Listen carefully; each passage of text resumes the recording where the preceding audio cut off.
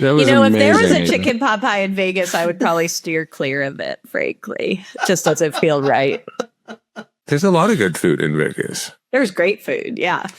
Good I mean, food. I somehow ended up eating chicken fingers and cheese quesadillas because I'm in my toddler food stage of life. This episode of The Naturalist is sponsored by Premier Research Labs. This is The Naturalist. In every episode, we're covering the products, ideas, and trends that are shaping the CPG industry. Or that we just really like. We are fresh off of SupplySide. Bill and I were there. Great show. The energy was amazing. We were able to see a lot, do a lot, talk about a lot of things, bring various elements of NBJ Summit and Nutrition Capital Network to SupplySide. It was so great to see all the people, right? I just love reconnecting with the SupplySide people. I know it is. It's really a great event, and it's such a Vegas thing. I mean, it's one of those things where if you're not careful, you go from the airport to the Mandalay Bay, and then several days later you go back to the airport, and you're like, wait. But then you realize, okay, well, there were 50,000, 60,000 people there with me. The show's not that big, but there's like, and then there's 15 restaurants. And there's so much going on, but it's one of those things. And we had events all over that building. We were all over the place with, like you said, with NBJ events, NBJ Summit events, NCN events, and then just the overall SupplySide community, which in a lot of ways, from the dietary supplement perspective, is like the heart of that industry. You've got all the ingredient suppliers, you've got co-manufacturers, you've got the key brands walking the aisles. So tell me a little bit about the NBJ event. It was great. A lot of great connections were made, and it was packed. It was really fun, really great conversations at all of those things. We were able to announce our theme of the summit at SupplySide, and I thought it was so perfect so NBJ Summit will be in July of 2026. Registration is open, and we now have an established theme. And I think the theme is one that a lot of conversations at SupplySide related to, a lot of conversations that we'll have at Expo West will relate to. But the theme is differentiation by design. And we're going to lean into science and storytelling and mission and positioning of your company. And we think that's really important right now in the dietary supplement and nutrition industry. We're continuing to see strong growth and overall awareness that's becoming so much more mainstream. So how do companies stand out in this world of supplements and world of nutrition? And so a lot of the things that came up at SupplySide were around, science, transparency, and what makes a brand, both a finished product brand and this ingredient supplier really stand out. So that was exciting to be able to see like a lot of those conversations start to come to life, and then us talking about what that will look like at NBJ Summit 26. You're right, because I think differentiation is, of course, important for any brand going out onto the market in any category, but in dietary supplements, maybe especially, differentiation is so crucial because it's pretty easy to start a dietary supplement company. You can just be like, okay, and any of us could start a company tomorrow and make vitamin C. And we could have 500 milligrams of ascorbic acid in a tablet. And so then what's the difference? We might even have them made in the same location. So what's the point? What's the brand ethos, and what's behind my brand? What's how many SKUs do I have? And what's the general target audience? And what's sourcing and so on. So I think differentiation becomes really crucial, especially with dietary supplements. And I had that conversation, and not even in the context of the NBJ Summit theme, but I had that conversation a bunch last week. And what one of the things that came up a lot that doesn't always come up is CROs, so contract research organizations, and the importance of getting clinical trials on products. And I was just surprised how many times I found myself in that conversation last week. Yeah, and I think that we'll probably come back to that quite a bit throughout next year. And certainly in the context of the summit is clinical research and the importance of science behind products. It's funny because I was just talking about, Adrienne, our fantastical wellness trend for this year's and going into next year's trends of like, kind of just this magical, mystical approach to wellness. But at the end of the day, and that's fun and interesting, but at the end of the day, we always come back to science in this industry. And so I think it's interesting to see how companies can have fun with their products and their messaging and their branding, make it relatable and have that emotional element, but truly have it grounded in science and innovation. And I also was struck by SupplySide, how much more of a presence food and beverage topics are having. So we often jump right into the supplement side of things because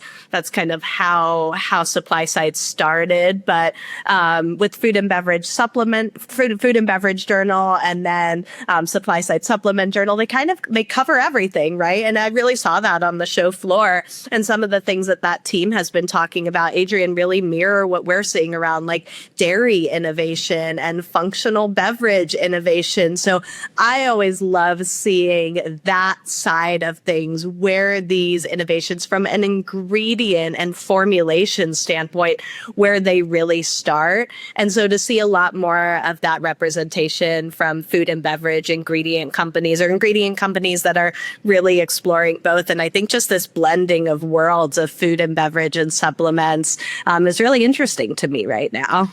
And that's certainly something that we touch on as well in the multifunctional beverage trend.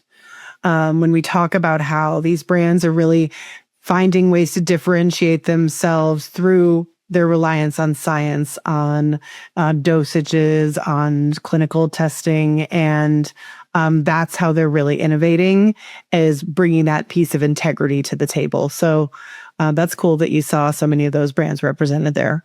Bill, you led a couple sessions. What were they about?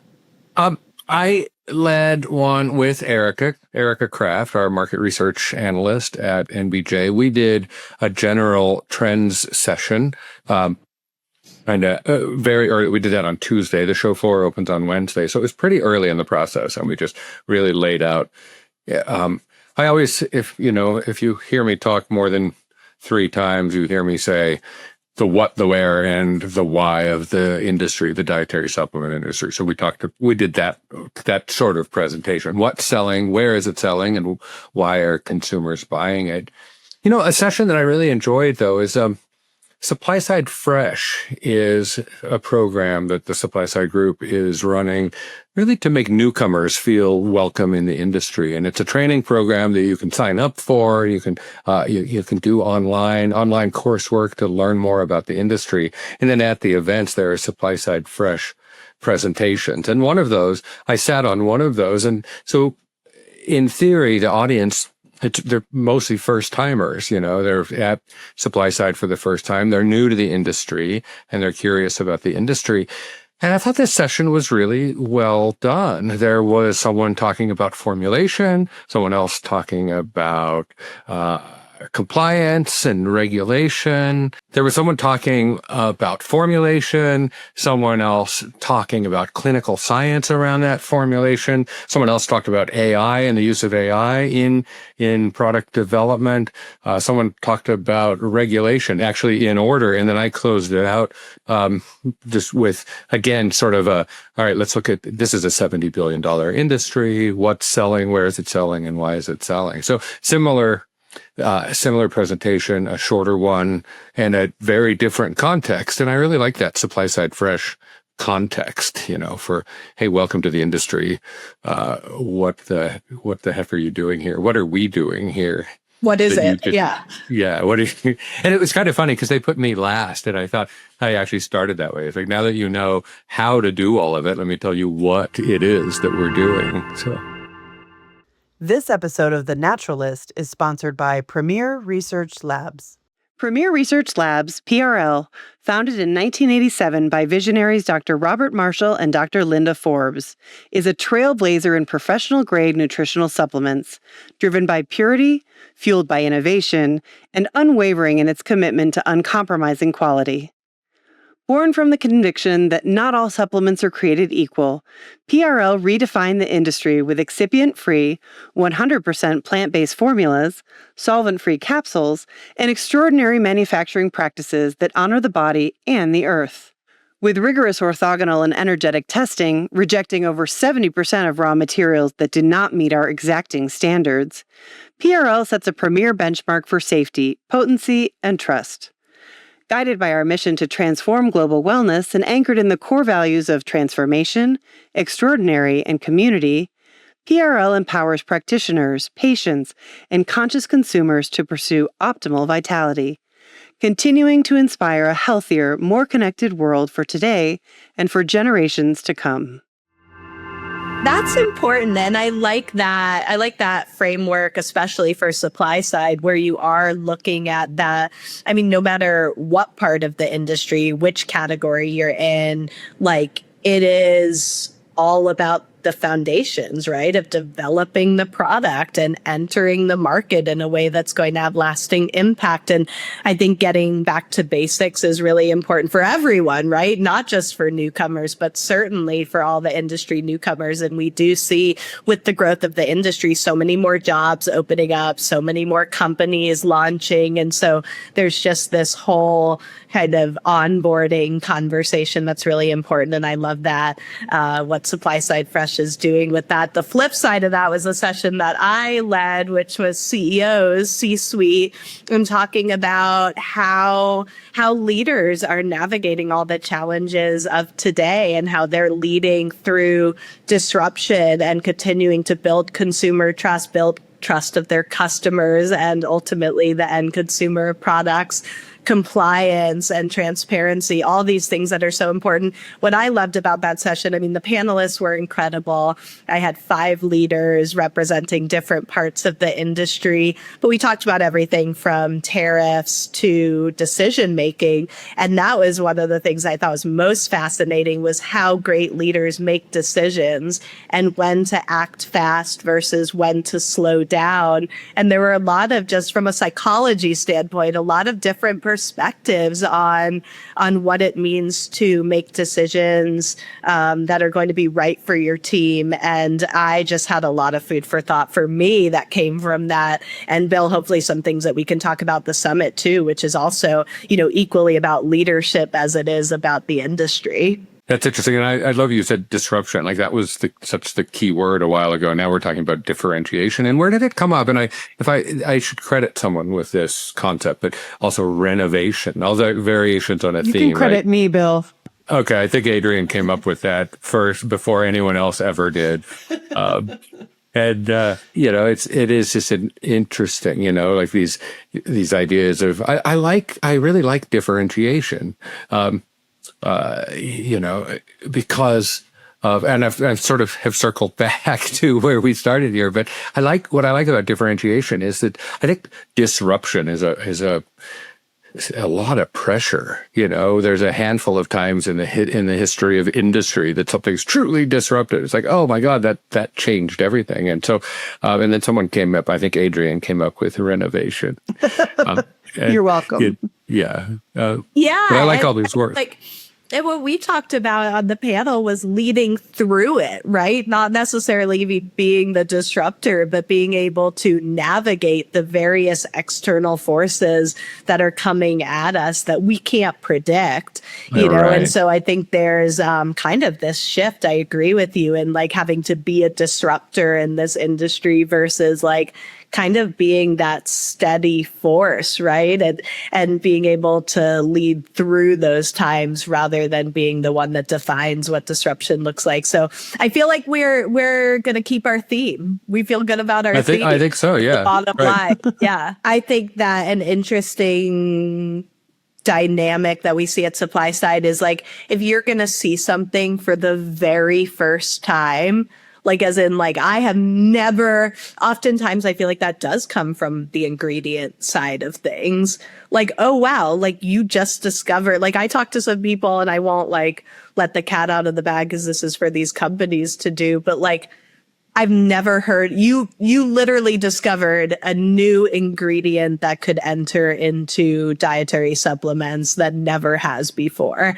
And so when we think about like first to market ideas, I do feel like it often comes from ingredients. Yeah, no, it's true. A couple of the ingredients that the one ingredient that I just saw over and over again was Shatavari. And if you don't know what I'm saying for the listeners, it's the word you probably pronounce as Shatavari, but here, you heard it here first, Shatavari. And not just because, I mean, Ixorial is such a big presence as a company at SupplySide, and they're the makers of KSM 66, and they're introducing SRI 81 right now, which is their Shatavari.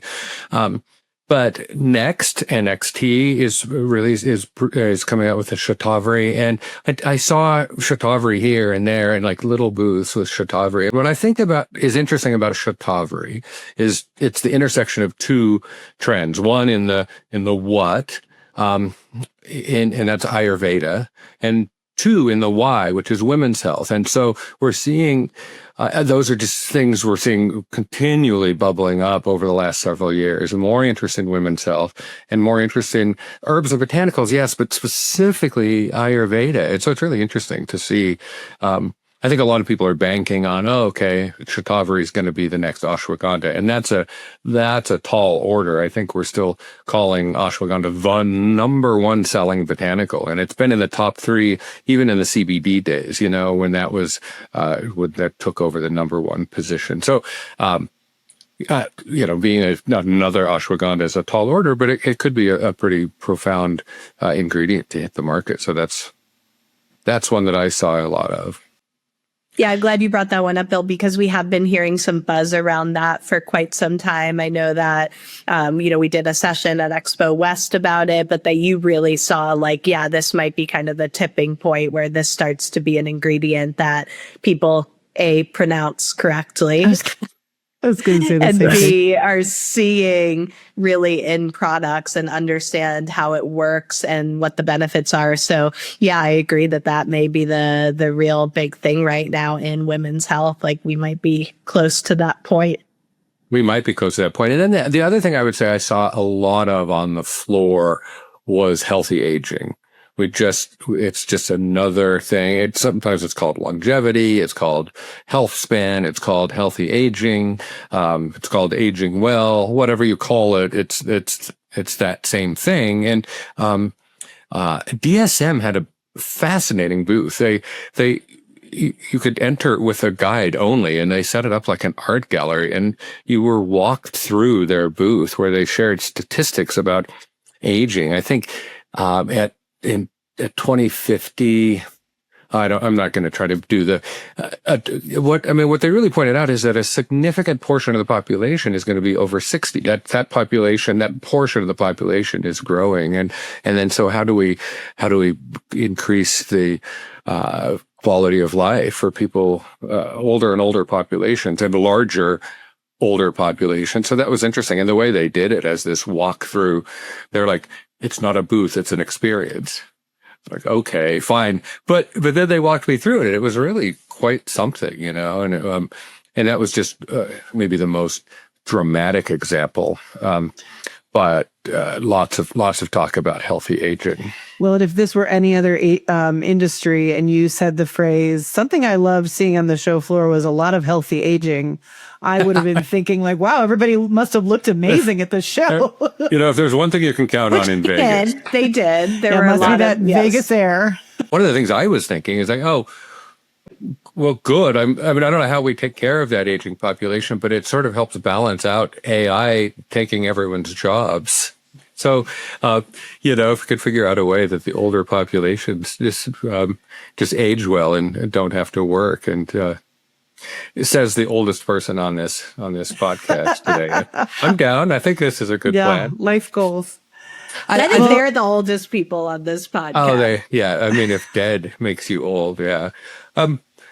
The thing about healthy aging is it's almost a lens. Like we call it, it's one of the 22 conditions we track at NBJ, but it's kind of the everything condition. Like there's not really any aspect of healthy aging that isn't also one of the other conditions that we track. There's brain health, there's bone and joint health, there's, there's immunity, there's all these different conditions. And then if you take all of those out of healthy aging, you kind of don't have anything left. So it's really interesting. The whole notion of healthy aging is just, in some ways, it's just one lens through which to look at general wellness, I was going to ask if something stood out from a condition standpoint, or even for a while, I felt like we were seeing a lot around kind of DNA, like the science behind DNA and like extending and health. So I'm just curious, Bill, if there were any specific innovations that felt fresh in the healthy aging space.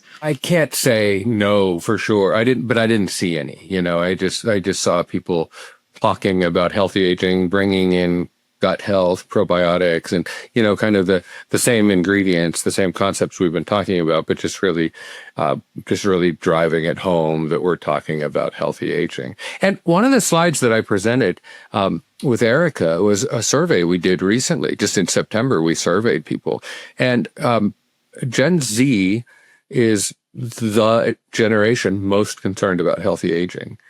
Millennials come second, Gen X comes third, and boomers are just like, whatever, hell with it. It's too late now. And you could really see that stair step down from like a lot of concern to a little concern to not much concern at all as you age, as our population's aging. So it's really a big topic, I think. If you can do healthy aging and realize that Gen Z is your target audience, then you're in great shape. You've got a long-lasting business model.